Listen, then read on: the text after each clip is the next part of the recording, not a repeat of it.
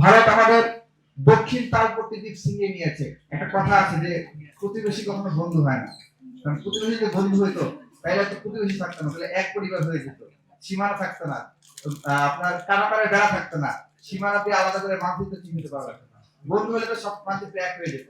প্রতিবেশী কখনো বন্ধু হইতে পারে না, তার সাথে আমাদের সম্পর্ক থাকতে পারে ন্যায্যতার ভিত্তিতে। এবং তারা যখন আমাদের ব্যাপারে ষড়যন্ত্র করবে, চক্রান্ত করবে, চক্রান্তের জবাব চক্রান্ত দিয়ে দিতে হবে, ষড়যন্ত্রের জবাব ষড়যন্ত্র দিয়ে দিতে হবে। ভারত বরাবরই চেষ্টা করছে। আপনারা দেখেন, কুকি চীনের হাতে অস্ত্র আছে, ইউপিডিএফ এর হাতে অস্ত্র আছে, পাহাড়ের বিভিন্ন বিচ্ছিন্নতাবাদী সংগঠনগুলোর হাতে অস্ত্র আছে। এই অস্ত্র কারা দেয়?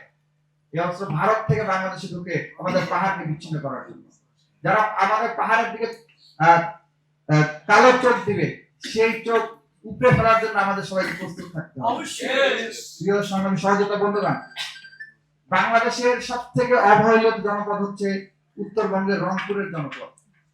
এর কারণটা হচ্ছে উত্তরবঙ্গ যে উন্নয়ন, সেই উন্নয়ন হলে ভারতের তাদের নিজেদের নিরাপত্তার স্বার্থে, চিকেন নেকের নিরাপত্তার সাথে হুমকি তৈরি হয়। সে কারণে তারা গত 15-16 বছর আমাদের উত্তরবঙ্গে কোনো কোনো উন্নয়ন হতে দেয় নাই।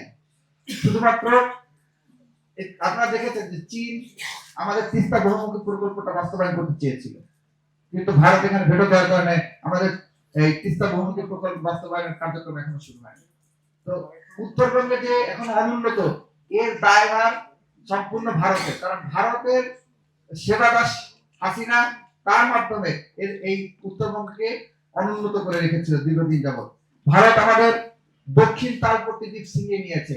খুনি হাসিনা হাসতে হাসতে সেই দক্ষিণ তালপট্টি দ্বীপকে ভারতের হাতে তুলে দিয়েছে এবং সমুদ্র মহাবিজয়ের নামে মহাপরাজয়কে নিয়ে আনন্দ উল্লাস করেছে। আমাদেরকে আবারও আন্তর্জাতিক আদালতে যেতে হবে এবং আমাদের যে সমুদ্রের ন্যায্য হিস্সা, সেই ন্যায্য হিস্সা আমাদের ফিরিয়ে আনতে হবে। দক্ষিণ তালপট্টি আমাদের, এটি অন্য কারো হাতে দেওয়ার কোনো সুযোগ নেই।